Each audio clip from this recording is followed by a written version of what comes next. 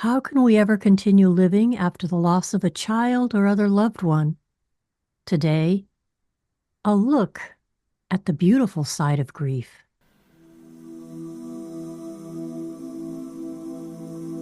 Welcome to Evolving Humans, the podcast for awakening souls. I'm your host, Julia Marie. Settle in and get ready for another spirited conversation.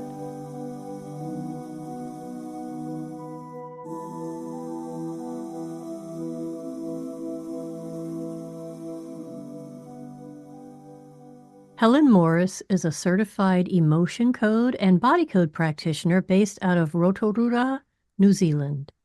She discovered this healing modality after tragically losing her 18-year-old daughter, an only child, in a motor vehicle accident in 2017. She is the host of the Beautiful Side of Grief podcast, where she shares many incredible stories of how others have overcome grief to find their true north. Welcome to Evolving Humans, Helen. It's so good to speak with you again, and I'm looking forward to our conversation. Oh, and I am as well, Julia. It's so lovely to be back speaking with you again Yes. and to speaking to your listeners this time rather than my listeners. And it's such a pleasure to be with you. I usually start with an origin story question. So let's begin there. What was it like growing up in Helen's house? Oh my gosh. Wow. It was a home that I never felt that I belonged in or fit into. So right from the get-go, I felt a misfit and I was very, very sensitive. However, I didn't know about, highly sensitive people until much, much later in my life. I just knew that I could feel people's energy. I knew when people were angry and cross and I just could read situations. And so growing up, I just really felt like I didn't belong. I didn't know where I belonged. And so that sort of really influenced my self-confidence, my self-worth, and all of those things. So I became a very overachiever. I became an overachiever, a perfectionist. I would try and do everything to the nth degree to try and be acknowledged, to try and have people like me. All of those traits wrapped up that a lot of highly sensitive people go through and experience. And so, yeah, so it was a tough childhood, and it was really traumatic. So I think in my early 20s, I actually developed some chronic illnesses. And I now understand that, I developed those so early in my life because of all the stress and trauma that I had been through. And it was probably unprocessed, so it's got to get processed somehow. And your poor body ended up taking a hit. Yeah, it certainly did. And that is where, after I'd been through the medical system for a number of years, I realized that actually I was not getting any better. I was going through medication after medication. Nothing was helping. So that's when I started into my foray into holistic medicine and health. And you name it, I've probably tried it. But I just knew that this was not the way I wanted to be living. I was a extremely sporty child growing up, really fit and active. And it was almost like overnight, I became this person that couldn't get out of bed, struggled with my thought processes, never really felt well. And I just had a myriad of symptoms that, people just didn't know how to deal with. And yeah, so I'd learned without learning really that I needed to be the one taking responsibility for me. And I truly, now that I'm sort of so much older, am so grateful that I went on that journey. And that sort of just probably as I was right on that cusp of really being into holistic health, I had my beautiful girl. So I was an older mum. I was 35 when I had her. and she just rocked my world.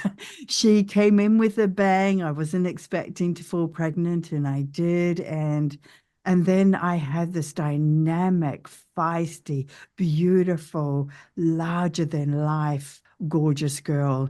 And she also provided lots of learning in my life. I always say our children are our greatest teachers. So, what was Oh, it like raising her? wow, Tal, she she was like right from the get-go, I knew that she was an old soul. She had a knowingness about her.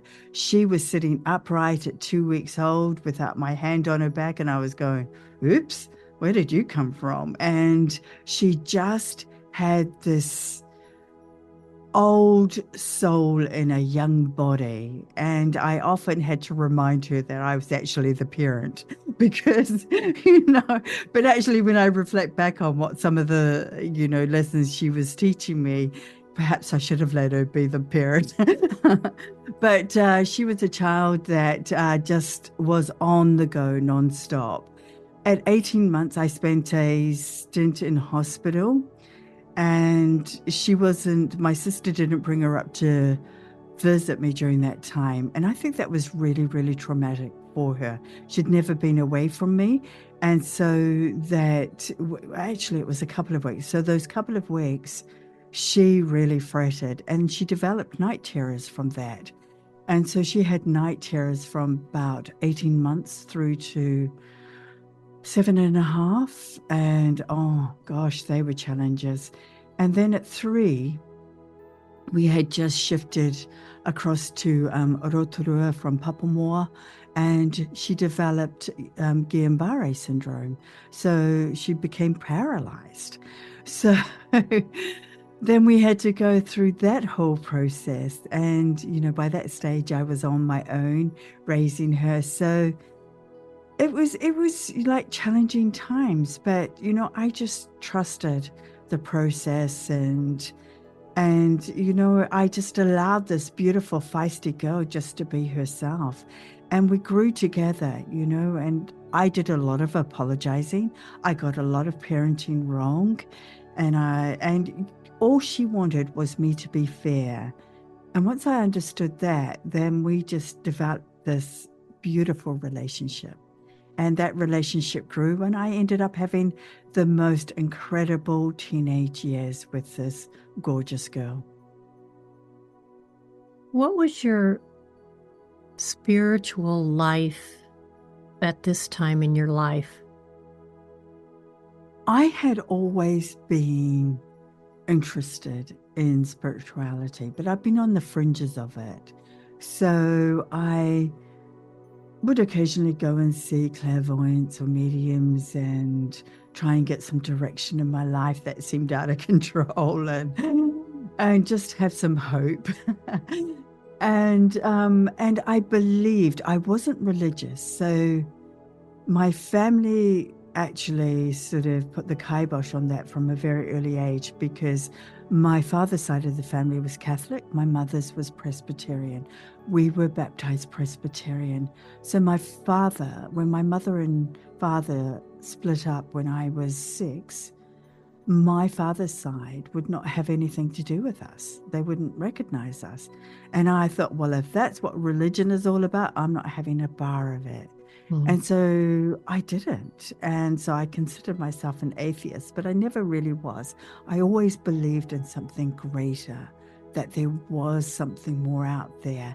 I did believe in the afterlife. And so my foray into that just kept developing over time, especially as I went through a lot of holistic modalities like sound healing and Reiki, and because I believe that, that was coming from a higher source. And so it was like a knowing without knowing. And I say that a lot of my life. I've had a knowing without knowing, which has guided me to where I am today. Well, that's the part of us that's actually driving the bus. Yeah. That we don't always listen to. Yes. We try to drive in a different direction. Now, you lost your beautiful daughter at a pretty young age. And will you please talk about that experience and the impact it had on you? Well, yes. So she had just turned 18, and we were in a fantastic place in our lives.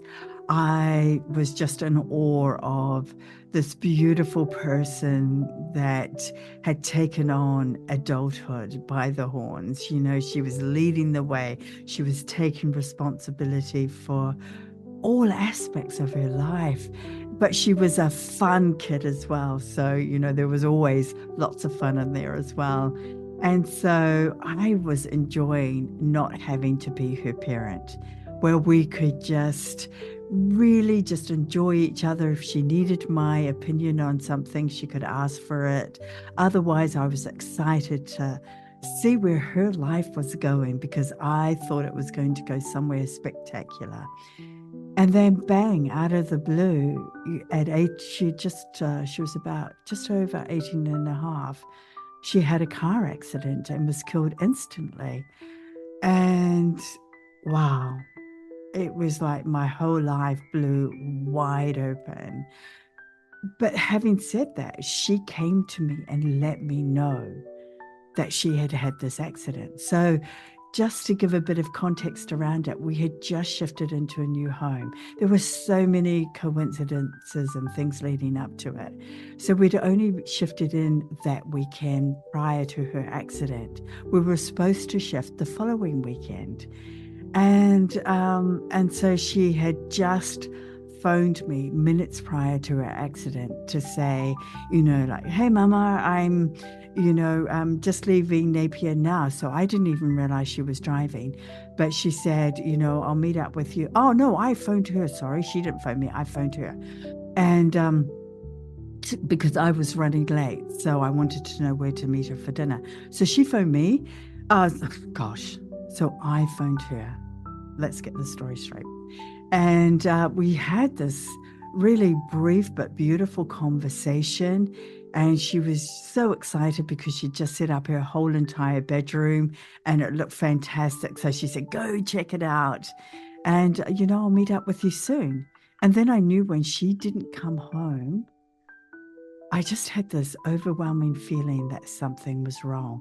And I walked into the kitchen and I looked at the clock and I went, where are you, baby girl? And my instinct was to hop into my car and go and look for her. However, I didn't know which way she would be coming home. And so I tried calling her, and then I tried calling her friend who I knew had Tal's phone in her phone, so she would know where Tal was. And she didn't pick up. So I left her a message and I was crying. So I had all this knowing. And I don't cry very easily, but I just knew something dreadful had happened. And so then I phoned the police and they put me on hold. And then I got sent the location of her vehicle by her friend. So I told the police that and it went very silent. And then they said, look, you know, there has been an accident, you know, we've closed the road off, we'll get back to you. And I went, like, oh, you just stay where you are. And I went, like heck, this is my girl, this is my life. I'm going to look for her. So I phoned the hospital thinking if an ambulance had been called for, they would be expecting an ambulance. And they chirpily told me no. So then I went on to Google. And it was Google that within the hour was reporting with the headline, a fatality between a truck and a car in Farndon Road. Now, you didn't have to be a rocket scientist to know that if my girl was up against a truck, then she was likely to be the fatality. So, of course, I just went, no, no, no, no, no. But she was also giving me signs like checking off a checklist saying, I've done everything I need to do here, Mama. And I was going, no, we were just getting to the good stuff. No. And then she was just sending me all sorts of signs. So, you know, one of the beautiful things was that she filled my heart with so much love. And I remember being cocooned in this love for, 6 months easily, because she wanted me to be able to get through this. So I knew right from the get-go that this was something that was a whole different experience on a whole different level. Well, it seems that you were correct that she was an old soul. And certainly the two of you must have been together in other lifetimes to have had such a strong bond for her to be able to make that kind of a connection immediately after passing or dropping her density, however you want to look at that. I know, because, as soon as she transitioned, she knew to come to me. Mm-hmm. And I've always been told, when you cross your two fingers together, that's what people identify Tal and myself as. We're two souls linked so strongly together. Mm-hmm. And I believe that was a connection. Having her make that connection that quickly after the event had to have changed your perspective on life and maybe the grieving process as well. Absolutely. Absolutely. So how that developed was that I learned to trust that there was something bigger to all of this. And so you can't ignore the grief. There's no way. I mean, this was my heart and life, and she was no longer with me. But I could hear her, and she was sending me signs, all of the time. And so whenever I started to get really dark, like go into that space where I thought, how can I live without you? She would say, well, you've got 5 minutes, so go have a pity party, and then pull yourself out of it, because I am not letting you go down there. And so she would distract me with things like direct me to, we've got this beautiful psychic medium here in New Zealand, Calvin Cruikshank, who has also done a lot of work overseas. And I used to pick up one of his books, Soul Secrets, and open a page. And I go, okay, so what do I need to know today? And what that did was it helped me acknowledge the pain that I was feeling, but then balance it out again, lift myself out of it again. So I was on this roller coaster of going in and out of it. And I just, I say trust a lot, but I did trust this process. I just knew there was something bigger, and just to keep, and she was teaching me left, right, and center how to navigate this, and I didn't take any medications. I didn't even go to any, I did have a counselor that I went and spoke to a couple of times, who I'd sent Tao to years and years earlier when she was about 14. And I'd also been to her myself. Tao was having a bit of a rough spot, so this lady knew both of us, and it was more just to be able to speak out what I was feeling, because it sounded a bit crazy to people. Like, how can you be coping with this so well when you've just lost the most precious person in your life? And why are you thinking what you're thinking? And and it was just like, I think the biggest thing I did was I shed the masks. I remember a day distinctly standing outside. I was living on a beautiful property. I was outside in the sunshine. And I said, I don't care anymore what people think about me and how I do things. I don't care anymore. I'd spent my life worrying about what people thought and what they would think about how I did things. And so this was a huge release, a huge freedom. And really, that was a turning point, enabling me to just open my world up into energy healing, into spirituality, into all of that rich, good stuff. Now let's take a little detour because you mentioned energy healing. How did that happen? So I was doing a 4.5 hour drive to my favorite beach, which has just got the most beautiful healing energy. And I used to love just to go and spend time there, just to, on my own mostly, just process grief. And I'd downloaded some random podcasts to listen to. And one of them was Bradley Nelson talking about the emotion code. And he had a brick and mortar chiropractic business. Yeah, I was going to say acupuncture, but it was chiropractic. And he was talking about learning that a lot of people's illnesses stemmed from, energies, from emotions that they had lodged within their body. And the longer they had done this, the more intense the pain or whatever disease was manifesting. And he would use muscle testing to determine what those emotions were. And so this fascinated me. So I listened to it all again. And then he had a free download where you could download, what he was talking about and teach yourself how to muscle test and start releasing these emotions from you. Now, of course, I'd had those chronic illnesses, but a lot of people hadn't dealt with the emotional aspects of those. So I still had a lot of those lodged within me. And my beautiful girl was saying, Mama, we're going to deal with not only the grief, we're going to deal with everything else as well. So you're in for a ride. And so I taught myself to muscle test and just use my fingers and a pendulum. I had a necklace I started with, and then I progressed to just muscle testing with my fingers to get a yes or no answer and direct me to where I needed to go and what emotions it was, directing me to. And then I would release them from my governing meridian. And just with that intention, placing that intention, I would release them. Wow.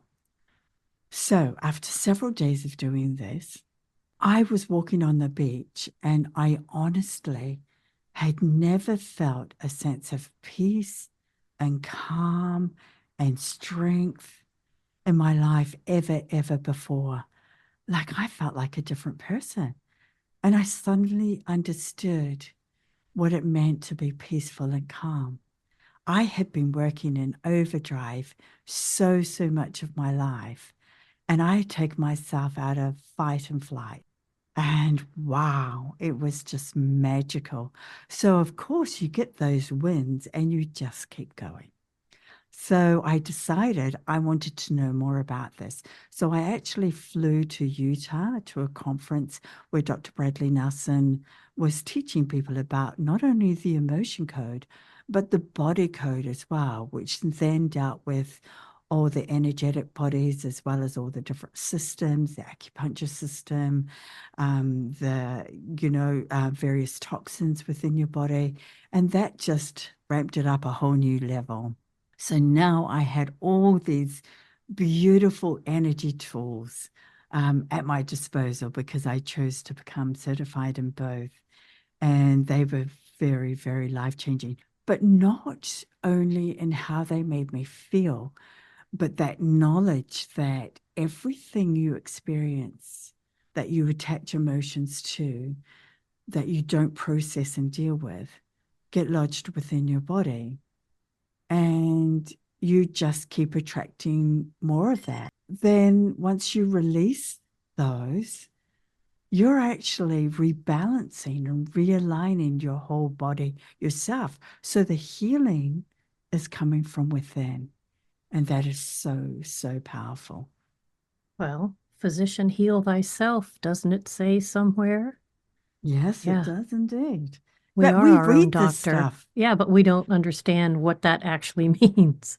Yeah, Yes. And it's not until something dramatic yeah. happens that you're forced into the corner where you have to then think, how am I going to get out of this corner? Mm-hmm. And often that's when people have those breakthroughs. Well, that's our time for today.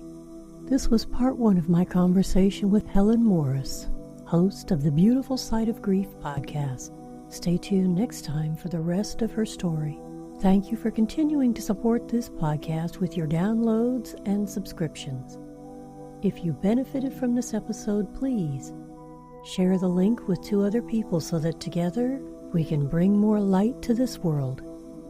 If you want to connect with a loved one on the other side, please go to my website, juliamarie.us, and click the Book Now button on the homepage. And now, here's a quote for you to ponder as you go about your day. Grief is love with no place to go. Karen Gibbs.